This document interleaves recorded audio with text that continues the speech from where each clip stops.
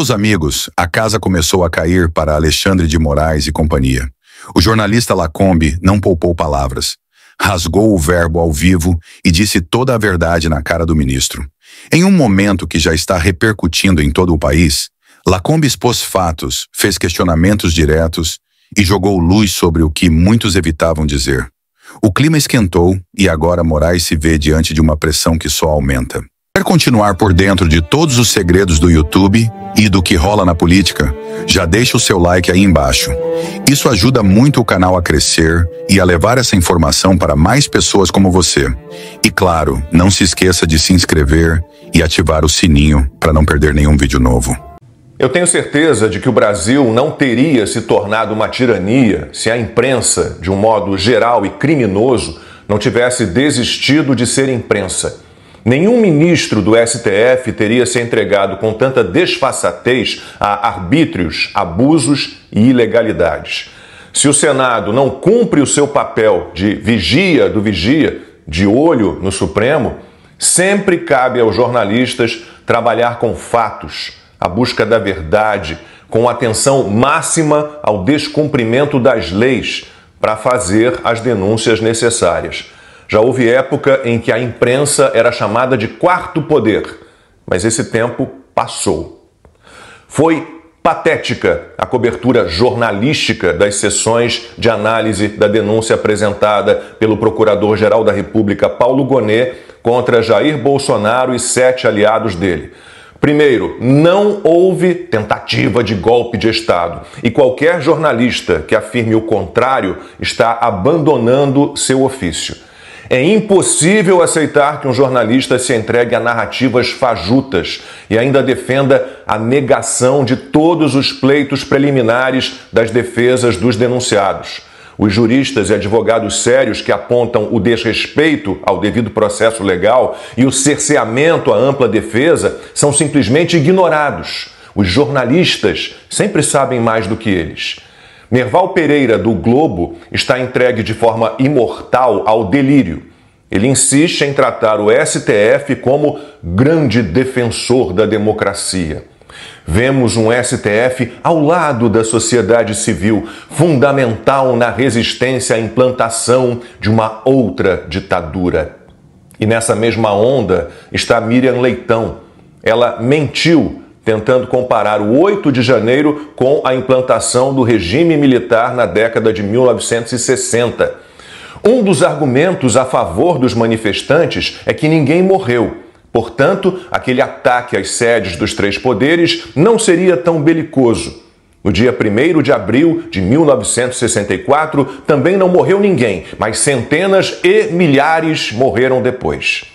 Eu não sei o que quer dizer centenas e milhares. Agora, a Comissão Especial sobre Mortos e Desaparecidos Políticos, instituída em 1995 e vinculada à Secretaria de Direitos Humanos da Presidência da República, contabilizou 362 casos de mortes e desaparecimentos políticos.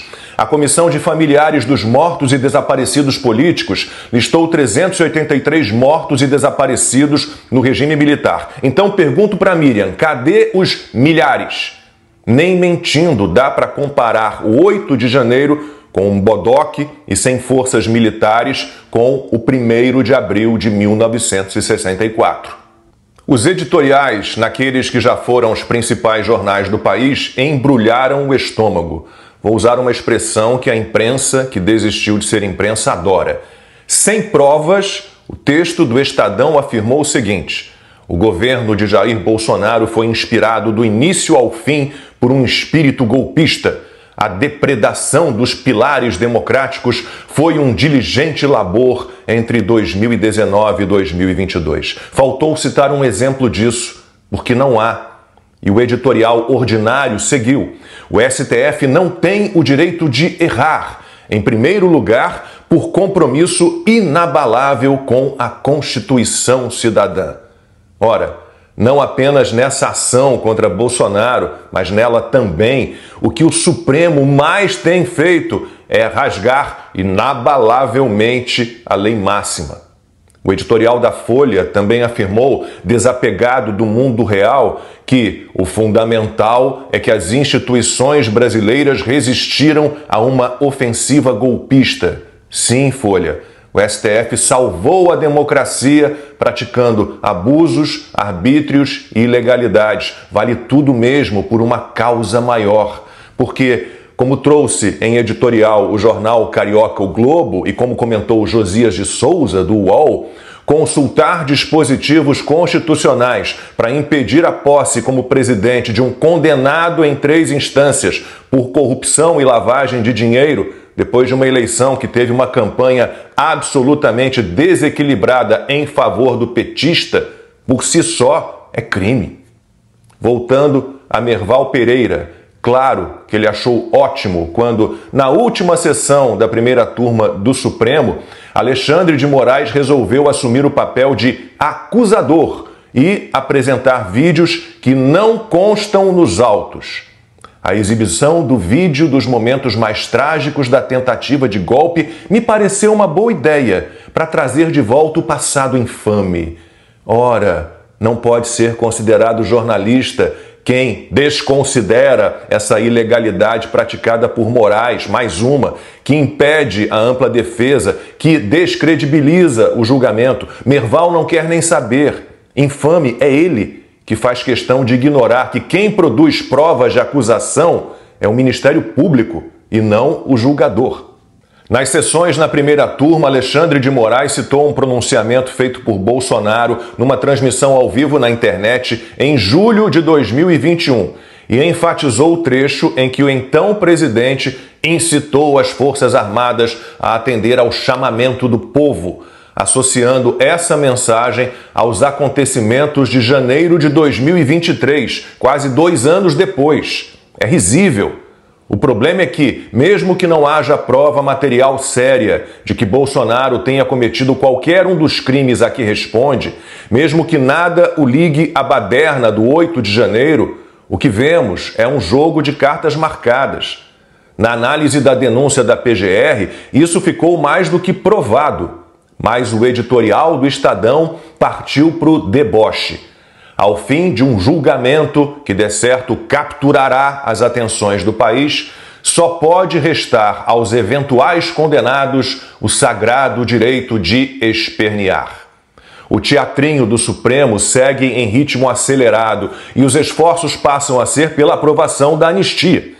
Jair Bolsonaro disse na manifestação em Copacabana que acertou com Gilberto Kassab o apoio do PSD ao projeto de lei. Isso foi em 16 de março. 3 dias depois, aproveitando a mudança de entendimento do STF sobre o foro privilegiado de políticos, Moraes mandou uma investigação contra Kassab voltar da primeira instância para o STF. O inquérito alvo da decisão de Moraes tem origem na delação dos donos da JBS no âmbito da Operação Lava Jato e investiga o presidente do PSD por 3 crimes: corrupção passiva, Caixa 2 e lavagem de dinheiro. A investigação tinha sido enviada pelo próprio Alexandre de Moraes à Justiça Eleitoral de São Paulo em 2019. 6 anos depois, ela volta a ser relatada por ele, que é também relator do inquérito do golpe. É chantagem pura.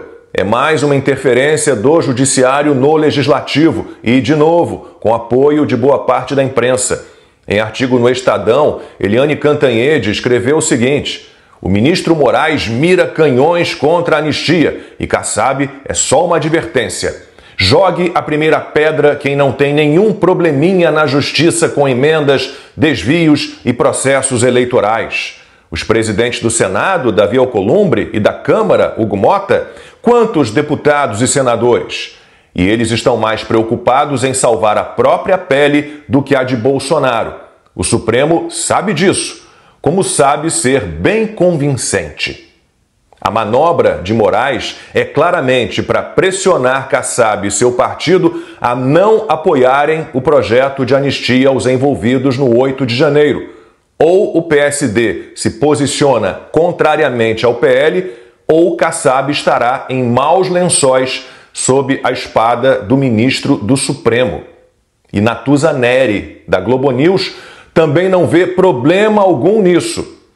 O custo político para o Centrão patrocinar o avanço da anistia é enorme, porque compra uma briga direta com o Supremo. Imagine que a anistia passe. Imagine uma decisão do ministro Flávio Dino. Bom, estou decidindo aqui que vamos abrir tudo. Polícia Federal entra, Tribunal de Contas, me passa tudo aqui. Vai sobrar o quê? Então, as duas comentaristas reconhecem que há corrupção sistêmica no uso das emendas parlamentares e que esse crime não está sendo investigado, nem julgado, nem punido. E que isso tudo só vai ser feito caso os políticos não sigam os desejos do STF. Isso é muito grave. As duas jornalistas claramente aceitam a interferência do judiciário no legislativo, com o uso claro de chantagem. O que deveriam estar fazendo é denunciando tudo isso, a atuação político-partidária e a prevaricação de ministros do STF, já que não estão cumprindo suas funções legais e estão agindo contra a lei. Isso tudo é motivo para impeachment de ministro. Jair Bolsonaro reagiu com publicação nas redes sociais. Há quem diga que vivemos em uma democracia, mas todos os dias a imprensa fala abertamente sobre o uso da justiça por Moraes como arma política, de intimidação, como instrumento de pressão, capaz de surtir efeito para intimidar o presidente de um partido. Isso não é normal, a não ser em ditaduras. Bolsonaro tem razão. E se a imprensa resolve aceitar tudo isso, ela está se matando e levando junto um país inteiro. Mas ainda há jornalistas de verdade e eles mantêm a entrega, a luta, numa guerra que só estaria perdida se fosse abandonada.